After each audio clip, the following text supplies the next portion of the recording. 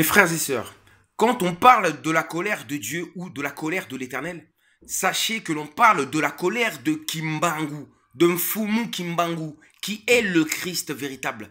Il est le Dieu dans la matière. Le Christ, c'est Dieu dans la matière. Kimbangu est Dieu dans la matière. Alors sachez aussi une chose, j'ai déjà compris que je ne suis pas venu pour faire la fête lors de ma vie sur cette terre, mais je suis venu uniquement pour combattre, et ça à chaque instant. Je suis, moi, Korombang, un ange de la guerre, Mbasi Zambita, tout comme était Mama Vita Kimpa. Et alors, je suis un ange de la guerre du grand seigneur Nazali, qui signifie je suis, l'éternel Kimbangu. Je suis son envoyé. Venant de l'armée céleste Congo, je suis l'ange de la guerre, incarné sur terre pour annoncer la venue de mon grand roi, de notre grand roi et grand seigneur à Congo, Mwene à Congo, Nazali Kimbangu, ce Dieu suprême, Dieu le Père. C'est lui le Dieu de la Bible. Le Dieu des dieux, le Dieu suprême qui se trouve parmi les dieux qui se trouvent sur le siège céleste, le trône céleste, ou dans la cour du Dieu Tout-Puissant. Alors, sachez une chose, Kimbangu est le Christ sauveur.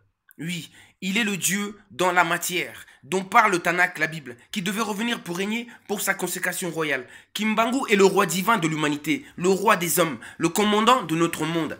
Preuve que Kimbangu n'était pas un homme ordinaire. Kimbangu signifiant celui qui révèle les choses cachées. Déjà, à l'âge de 10 ans, en 1897, il déclara à ses parents réunis autour d'un feu un kamba. Écoutez ceci. Avant que vous ne soyez nés, j'existe. Vous n'y croirez pas. Sachez que mon nom sera connu dans le monde entier, mais vous ne vivrez pas quand ces choses arriveront. Et ses parents sont morts avant.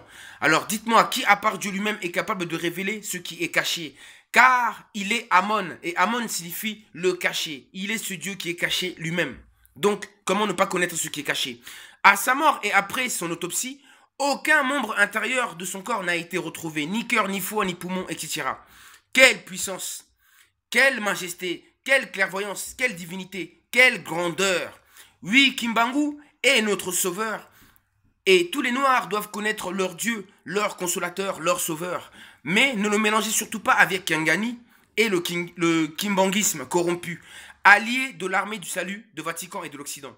Les kimbanguistes savent beaucoup de choses sur Kimbangu, mais ils nous les cachent, ils nous mentent. Le moment est venu où Kimbangu est de retour parmi nous. Le consolateur noir, le Christ noir, va manifester sa présence physique parmi nous et prendre le contrôle du monde visible dont il est roi. Il est le roi du monde visible et invisible. Kimbangu a toujours un œil sur le monde des vivants et celui des morts. Il est le gardien du séjour des morts et des vivants, le gardien de Douat. Il est le roi des deux mondes, visible, invisible, je le répète. Le messianisme est noir, comme je vous le répète. Tous les prophètes sont des noirs, tout comme moi. Mais Kimbangu n'est pas un prophète. Il est le Dieu tout-puissant, le suprême. Alors, sachez une chose, c'est que Kimbangu est le Christ. Il est l'esprit du Sauveur, du Dieu manifesté. Écoutez, je vais vous dire encore une chose.